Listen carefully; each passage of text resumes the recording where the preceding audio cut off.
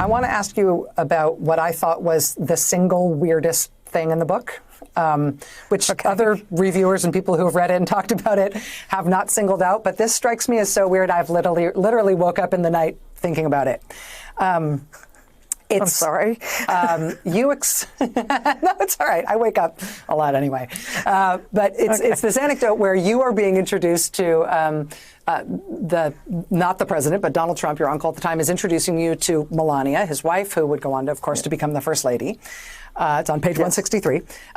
He introduces you to Mrs. Trump, and then he immediately tells Melania in front of you that you had a terrible drug problem that you have overcome, which is not true. And you correct him in the moment and say, I've never done drugs in my life. And then you say this, you say, he slid me a look and smiled. He was embellishing the story for effect, and he knew that I knew it. She was a total disaster, he said, smiling more broadly.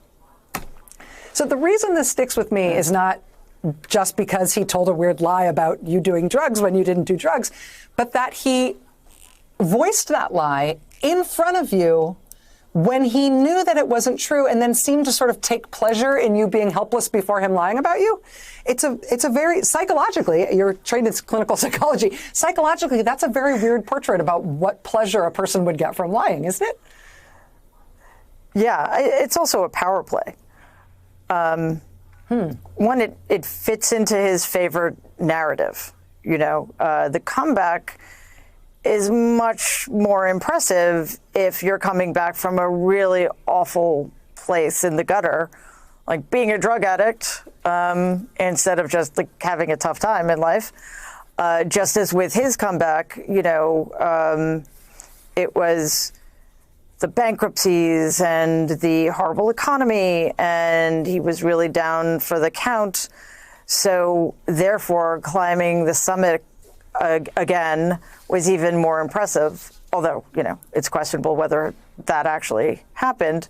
So there's that. It's sort of framing the narrative in a way he prefers. It also makes him the savior, because remember, that story is told in the context of, and then I gave her a job.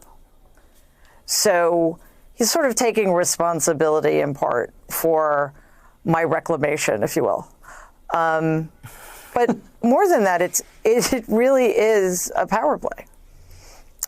The difference between that anecdote and other things I see happening is most of the time people don't correct him, which completely plays into his hand, because then he can do it with impunity.